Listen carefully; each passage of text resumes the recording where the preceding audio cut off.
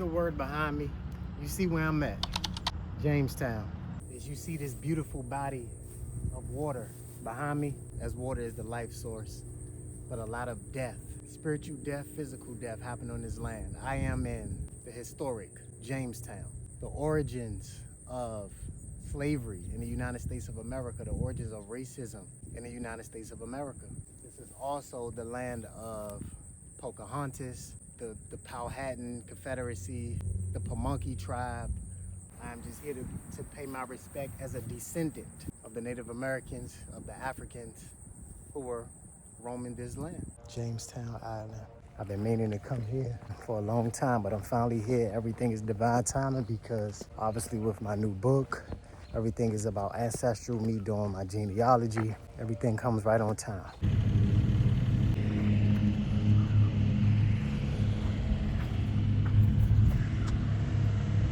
See, right now you see behind me is the statue of Pocahontas. She made frequent visits to Jamestown, Virginia, a conduit for peace between the English settlers and the Powhatan Confederacy. Her father was the leader of the Powhatan tribe. Also, Pocahontas was his favorite daughter. And I'm connected to her through bloodline, through marriage. I'm connected to her through two ways. Through John Rolfe, her husband, and through her. She was kidnapped in 1613 and held for ransom. And she was forced to convert to Christianity. And her name was Rebecca. That was her Christian name, Rebecca. And when she was 16, 17, her and John Rolfe had a child. She got pregnant at 16, had the child around 17, 18. And yeah, she got kidnapped, man. War on women is the worst thing to happen in this universe, for real.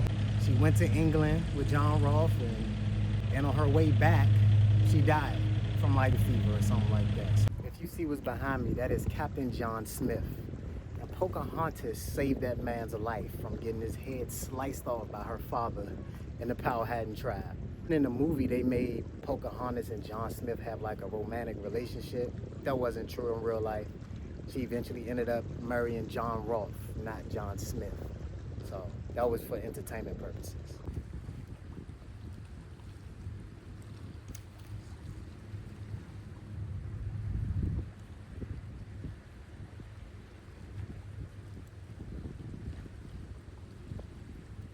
Right now, I'm at a shrine of Robert Hunt. I'm gonna be honest, man.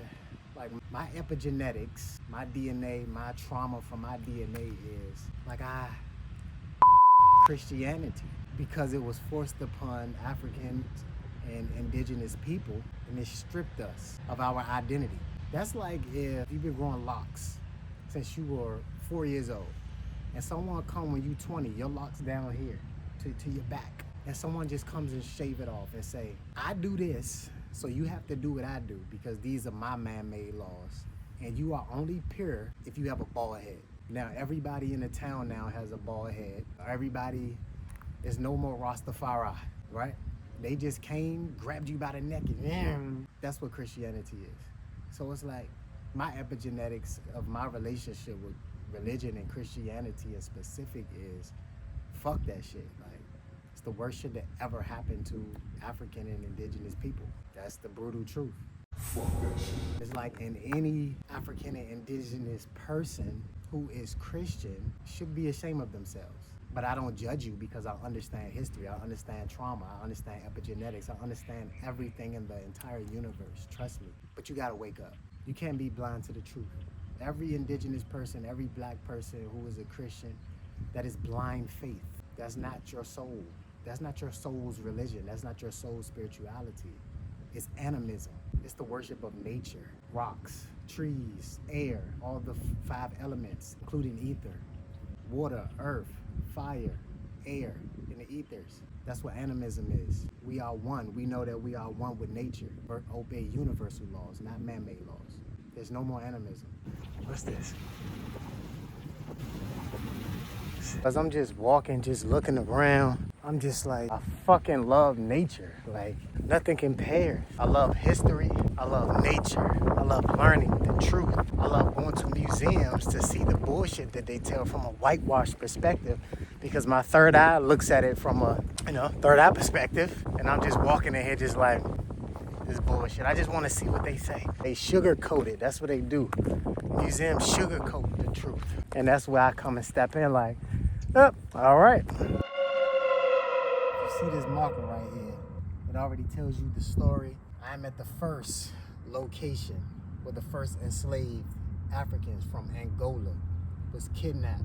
From Angola, brought on a Portuguese ship, and they was brought here in Hampton, Virginia. It was called Port Comfort back in 1620. And I have two ancestors that was on that ship, Emanuell and Joan Cambow, who are the progenitors of the Cumbow family, the Lumbee Indians of Robeson, North Carolina.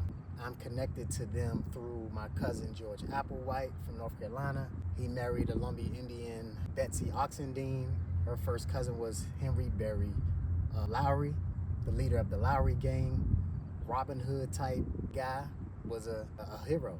Fought for the free slaves, fought for the poor whites and Native Americans, North Carolina. And my cousin George Applewhite was with them. He was an ex-slave. And yeah, that's my connection to the first Africans, enslaved Africans in Virginia. Not the first Africans, the first enslaved. I was walking up to this sign, to this area. My body got kind of numb, felt emotional. Tears was about to come, but I don't cry easy, right? But I'm just here, soaking up the energy, man. I'm just chilling at Old Point Fort. Now it is called Fort Monroe. That's where my ancestors was brung, kidnapped from Angola. That West African, I always knew it was, since 2022, I always knew the West African was in me. Like the name El-Dumarè didn't choose me for nothing, because I carry a lot of spiritual energy with me. I just knew.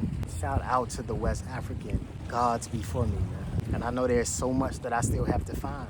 Like on my father's side, even on my mother's side. I know there's, all of this is on my mother's side, from my grandfather. I didn't find much from my grandmother's parents. Hers stopped at like the third great grandmother. That's it. But my grandfather, we call him Daddy-O. That's where all of my big findings are from. Him, his side.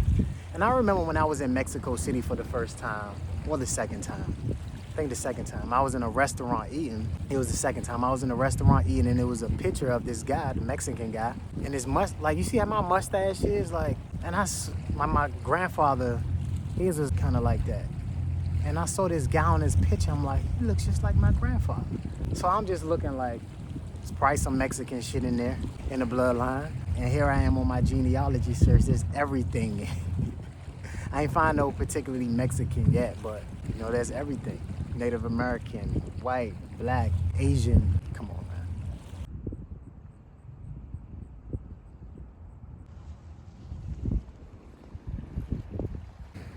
This area is so beautiful. All of these beautiful places in the world with such ugly history. It always blows my mind. In May 1619, a Portuguese ship sailed for Vera Cruz, New Spain, with 350 enslaved Africans taken from the kingdom of Ndongo in Angola. After stopping in Jamaica, the ship was attacked by two English privateers, the White Lion and the Treasure. Both ship captains seized a portion of the enslaved cargo and set sail. After weathering a storm, the White Lion landed at Point Comfort in August, with 17 women and 15 men, where they were traded for supplies. They were the first documented Africans to arrive on the mainland of the English-occupied North American colonies. Those same enslaved Africans built Fort Monroe. Those same walls would later provide refuge to enslaved people who bravely sought their self-emancipation during the Civil War as contraband of war. Freedom. Mental freedom, spiritual freedom, financial freedom. Freedom. I'm so grateful for life. Straight up. That's all I got to say right now. For real. Pour out some libations for the gods, man.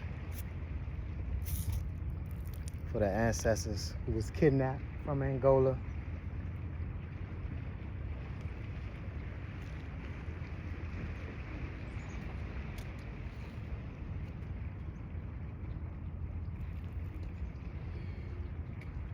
Beautiful sunset. It's just hitting the horizon. Beautiful sunset. I'm just walking, about to go get something to eat before my bus back to DC.